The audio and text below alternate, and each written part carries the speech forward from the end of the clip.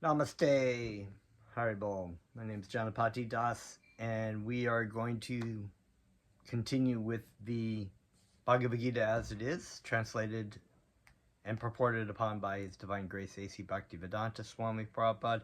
I'd like to take this opportunity to offer my respects to you and also offer my respectful obeisances unto my spiritual teacher, Jagadguru Siddha Swarupananda Paramhamsa Srila Prabhupada. We will start. We've been going through the introduction of the Bhagavad Gita, and we finished last time. And so now what I'm going to do is how I'm going to arrange these videos, since we have chapters of these, and then, of course, the verses and the purports, is I will start each chapter with reading the full chapter. That will be a video of itself.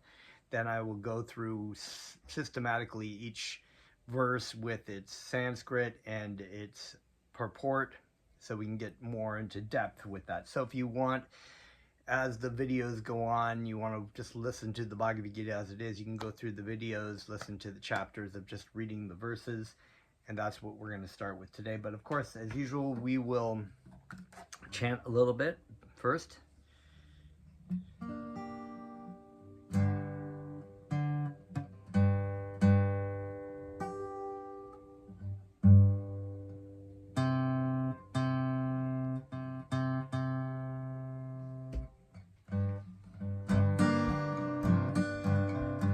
Namo Siddha Swarupananda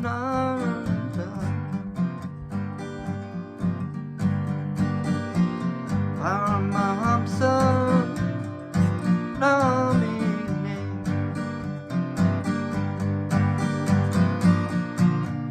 Gorakaruna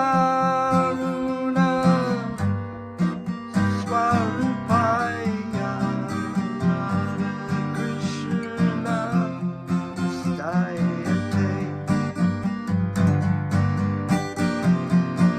Namo Siddha Swarupananda Paramahamsa Namine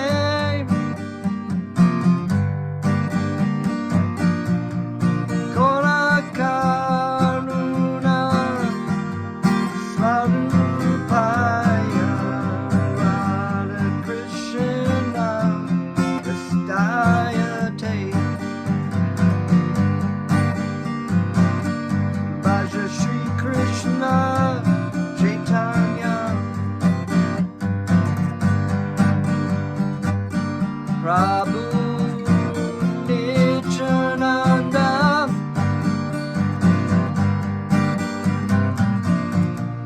Shri Advaita Gadadhara Srivasade Gaur Bhaktavrinda Bhaja Shri Krishna Chaitanya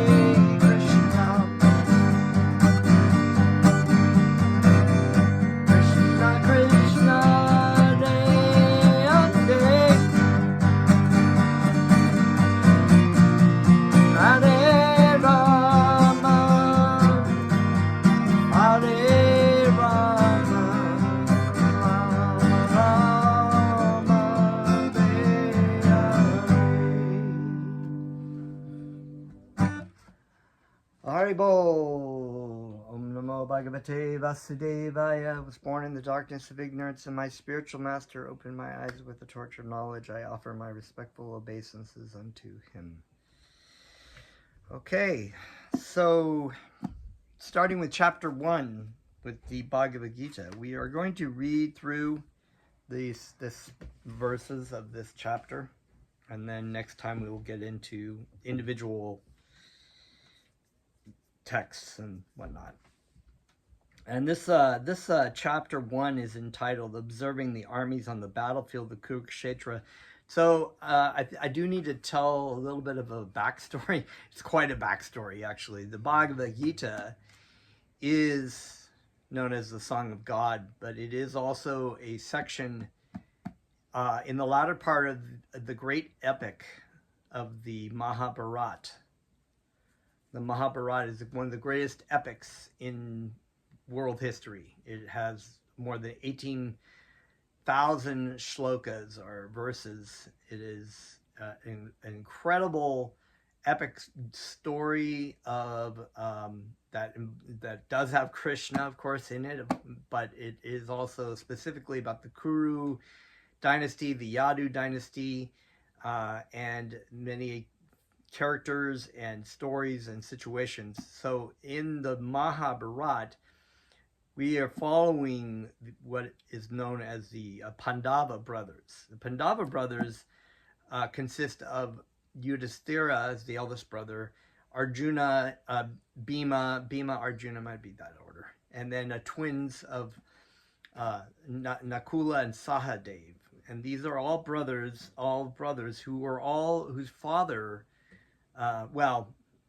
hypothetically speaking, the earthly father was King Pandu, which is another very interesting story because his father was Vyasadeva, the great saintly person, and there's a backstory to that too. Basically, the heir of the king and queen, the king had no heirs because the sons he had died in battle. So they were concerned that the wives of these great kings that were killed in battle, they had not given any heirs. So the queen at the time, she actually she asked her son, her son was Vyasadeva, which was another story in the Mahabharata where she had actually met with a saint and had children by this great sage, and it was Vyasadeva who was a great saint.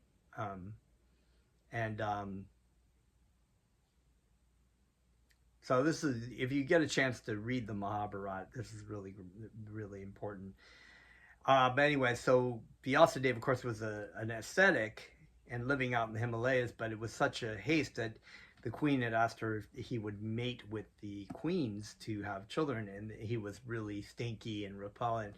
And so the first queen closed her eyes, so therefore that gave birth to Dhritarashtra. And Dhritarashtra, we will know in the Mahabharata, is the king of Duryodhana and the enemies of the Pandavas. He was the uncle of the Pandavas. The second queen turned white in fear of looking how repulsive Vyasadeva looked, and because of that, Pandu means white one. So he was turned white, and then the third son that was given was actually the queen. The first queen couldn't handle having sexual relations with Vyasadeva again. She was so repellent. So she sent her maidservant instead, who was very humble, and because she was very humble and received the great sage Vyasadeva very humbly and respectfully, the son Vidura, who was the brother, or actually kind of like a half brother to Pandu and Dhritarashtra, could not be a king because the woman was actually a maid servant. So but he was a great saint. He was a great sage, Vidura, and always tried to steer his brother and other people along the path of righteousness. So King Pandu was not old enough to be the king, but because Dhritarashtra was born blind, it was seen fitting that actually King Pandu would be the ruler, and then of course his sons, the Pandavas, would become the new king. Yudhishthira would become the emperor. Well, Dhritarashtra was disappointed that he was blind, and also his sons became quick. The cousins had a quick rivalry, and Duryodhana was always envious of the fact that he could not have the kingdom. And then this is what the Mahabharata folds out into, with a lot of situations that go on, and that ultimately end up. And I'm not going to tell this whole story because there's so many stories and so many situations that eventually comes to this battlefield, which is a battle of the kingdom of the dynasty of the emperor of the world. And rightfully it belongs to Yudhishthira, but it was lost over a bet or something in the story, which I won't give away. You can read this, but there was a gambling bet that basically the Pandavas lost their kingdom. And when they were rightfully came back from this bet of losing the bet, they were supposed to have the kingdom back, but the Duryodhana would not give any kingdom or any parcel of land, even though they tried so many diplomatic measures and means to try to solve this. So there is this great battle. So it was a righteous battle. It rightfully belonged to Yudhishthira. Krishna is in this battle, but he's driving the chariot of Arjuna, who is the warrior, great warrior, And so what happens in this story is this Mahabharata is right before the battle. And in battle times with the Kshatriya warriors, or the great warriors, they had a great amount of ethics that they had to live by. I mean, it was really austere and righteous and much different than it is now. I mean, we don't just go and bomb. They didn't just go and shoot children and bomb cities and whatnot. They actually had a battlefield where they would fight. The warrior class would fight, and it was men who would be fighting. So this is a great battle, the Battle of Kuruksetra. And Kuruksetra, the Kuru dynasty, of course, is the great Kuru dynasty, and Kshetra means field. So the battlefield was actually a holy ground, but it was the land of the Kurus, but it was also a very sacred ground. So it's fitting that this sort of holy war has been fought on this battle. And it truly was a holy war, because God himself, Krishna, was on the battlefield, and this was a event that kind of unfolded because of Krishna's will. To one of his missions is to come and to annihilate the demoniac class, and in this case a lot of the warrior kings and whatnot. He wanted to alleviate the earth of these demoniac kings that were on this battlefield. So there was a great battle, millions and millions of people all over the world, kingdoms from all over the world, great warriors. And so Arjuna was on, and the Pandavas were on one side with all their supporters, and then Duryodhana, their cousins, and many of our family members and teachers that were actually very partial towards the Pandavas, but because of economic necessity, they had to fight on Duryodhana's side, or King Dhritarashtra's side. So this is this great battle that's about to take place, and you can see here that Krishna is driving the chariot for Arjuna on this battlefield. And so it's very fitting that this Bhagavad Gita is set on this battlefield before a great battle, because it's very symbolic as well of our own, the individual spirit soul's life. We are experiencing, there is in the Bhagavad Gita itself We also are Kshetra Gna. In other words, that is the knower of the field of our own activities. So we have our own field, which is our body, and the body interacts with in life with other fields of bodies, and so this is fitting for us. But where we've learned from the Bhagavad Gita, as we will learn, is that we are not neither our body nor our minds, but we are actually something deeper and more important, than we have a greater uh, duty to do. And this is what Krishna will be teaching Arjuna in this battlefield. So, but I just wanted to give you sort of a heads up of like what exactly this Bhagavad Gita, where it's set. It's set before this great battle, and Krishna, Arjuna asks Krishna to take the chariot out onto the field so he can see what is going on.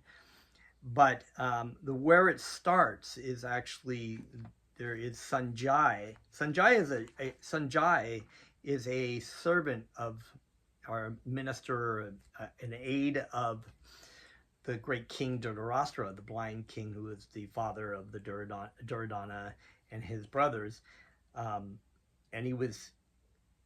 he had a vision. Sanjay had a mystic power because his spiritual master was Srila Vyasadeva, the same one who was the father of the person he's serving, King Dhritarashtra.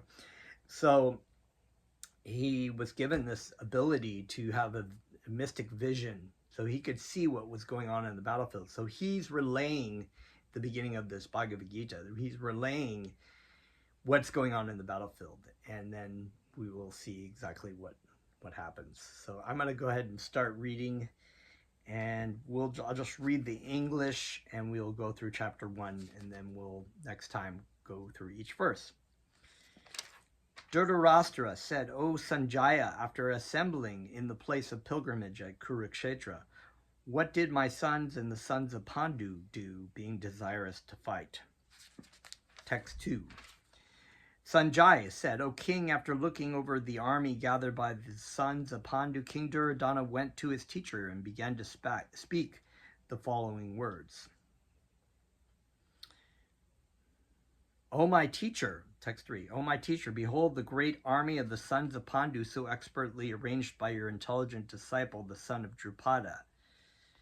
So this is Dronacharya, the great martial teacher. Dronacharya is the martial teacher of not only the Duryodhana and his brothers, but also of the Pandavas. So you can see there is a conflict, right? There's a conflict when Arjuna goes onto the battlefield. He sees these teachers, he sees family members, and he becomes compassionate at heart, or at least he's put into an illusion by Krishna to be compassionate for all these people who are about to die. Here in this army there are many heroic bowmen equal in fighting to Bhima and Arjuna. Bhima, of course, is the brother of Arjuna. There are also great fighters like Yuyudhana, Virat, and Drupada. There are also great, heroic, powerful fighters like Durashtaketu, Chekitana, Kashilaj, Pulujit, Kuntibhoja, and Shaibya. So these are great, like what is known as what is it called? Mahabhagavats? Not Mahabhagavats. I'll think about it. Mahabahos. They're great fighters, like extremely great fighters and talented fighters. There are the mighty Yudha Manu, the very powerful Uttamauja, the son of Subhadra, and the sons of Draupadi. All these warriors are great chariot fighters. So Dronacharya here is, Duryodhana,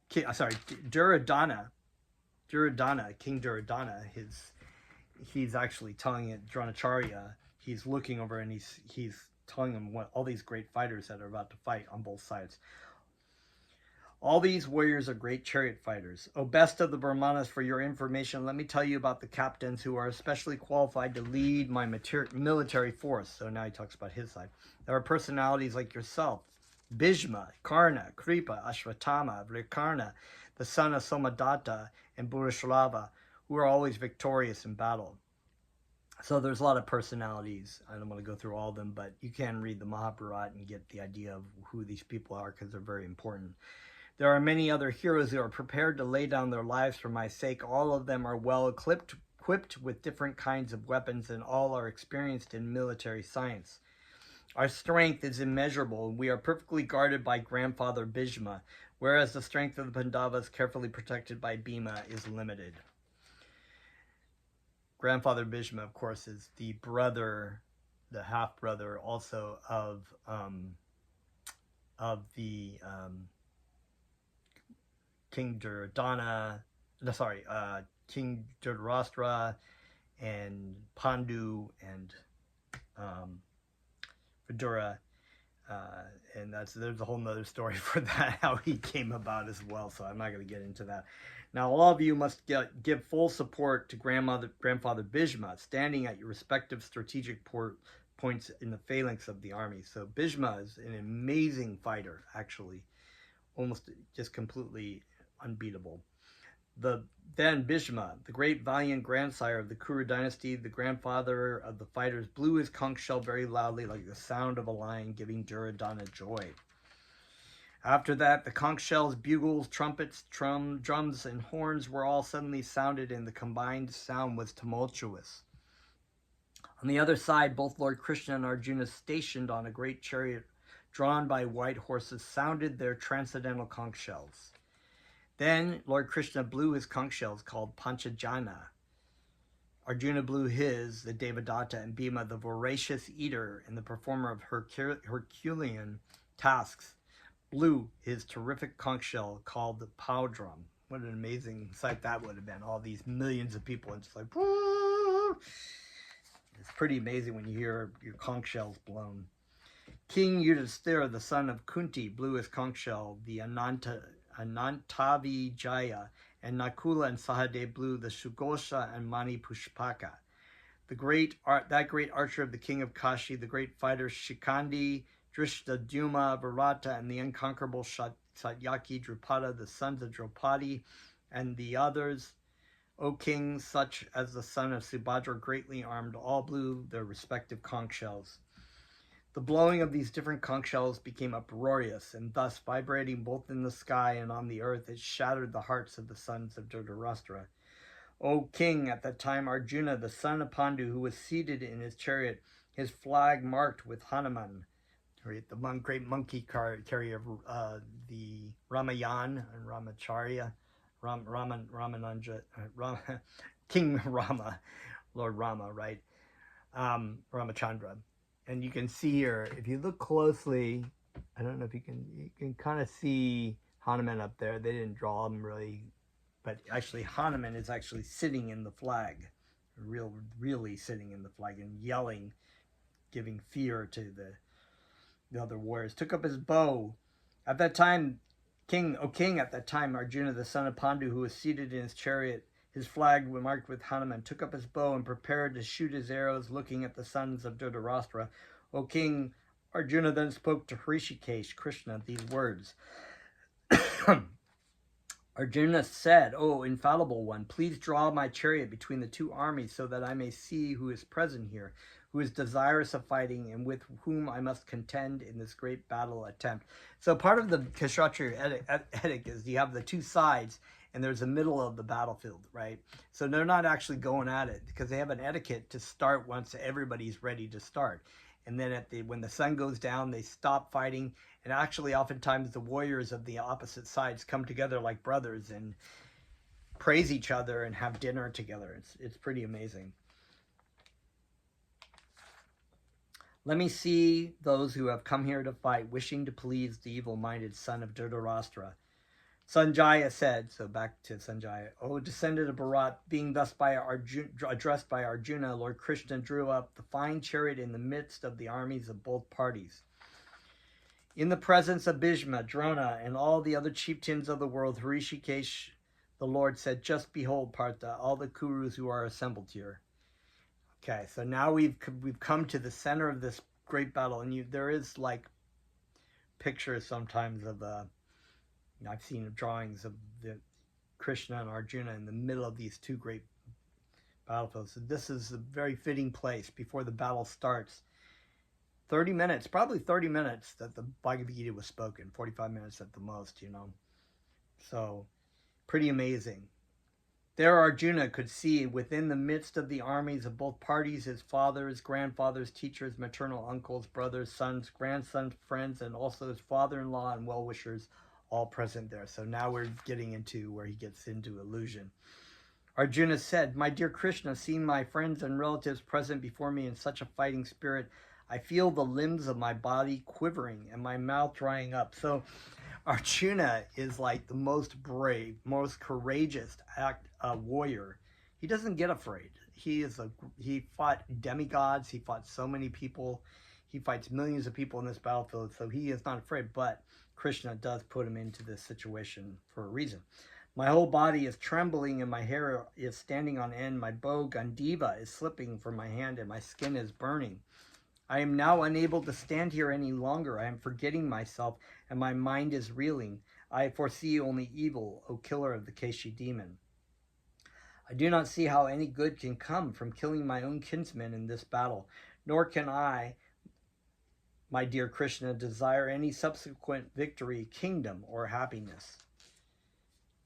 O Govinda, of what avail to us are kingdoms, happiness, or even life itself, when all those for whom we may desire them are now arrayed in this battlefield?" Which is a, pretty legitimate material question. Why should we give up things just for money and whatnot? Kill so many people for money. "O Madhusadana, when teachers, fathers, sons, grandfathers, maternal uncles, fathers-in-laws, grandsons, brothers-in-law, and all relatives are ready to give up their lives and properties and are now standing before me, then why should I wish to kill them, though I may survive? O maintainer of all creatures, I am not prepared to fight with them, even in exchange for the three worlds, let alone this earth." So as a devotee of Krishna, he's compassionate and he's humble, and these are pretty legitimate questions, and we'll show how Krishna counteracts them. "Sin will overcome us if we slay such aggressors. Therefore it is not proper for us to kill the sons of Dhritarashtra and our friends. What should we gain, O Krishna, husband of the goddess of fortune, and how can we be happy by killing our own kinsmen? O Janardhan, although these men, overtaken by greed, see no fault in killing one's family or quarreling with friends, why should we, with knowledge of the sin, engage in these acts? With the destruction of dynasty, the eternal family tradition is vanquished, and thus the rest of the family becomes involved in irreligious practice. When irreligion is prominent in the family, O Krishna, the women of the family become corrupt, and from the degradation of womanhood, O descendant of Vrishni, comes unwanted progeny. When there is an increase of unwanted population, a hellish situation is created for both the family and for those who destroy the family tradition. In such corrupt families, there is no offering of oblations of food and water to the ancestors. Due to the evil deeds of the destroyers of family tradition, all kinds of community projects and family welfare activities are devastated. O Krishna, maintainer of the people, I have heard by disciplic succession that those who destroy family traditions dwell always in hell. Alas, how strange it is that we are preparing to commit greatly sinful acts driven by the desire to enjoy royal happiness. I would consider it better for the sons of Dhritarashtra to kill me unarmed and unresisting rather than fight with them. Sanjaya said, and we're back to Sanjaya telling Dhritarashtra all these things, Arjuna, having thus spoken on the battlefield, cast aside his bow and arrows and sat down on the chariot, his mind overwhelmed with grief. Ooh. So that's a very exciting first chapter. So in it, Krishna lays out a lot of arguments because he's seeing now this conflict as being a bad thing. He was really ready for it. I mean, it was ultimately very justified. They had tried all kinds of diplomatic things, and his cousins had unrightfully and unrighteously stolen the kingdom and not given it back to them. So by birthright, it was, they had tried so many things to kill the Pandavas and get rid of them, and so many different things that, it's like crime after crime. And so now they're in a battlefield, but then Arjuna, being put into illusion by Krishna, is now seeing this and thinking this is not such a good idea.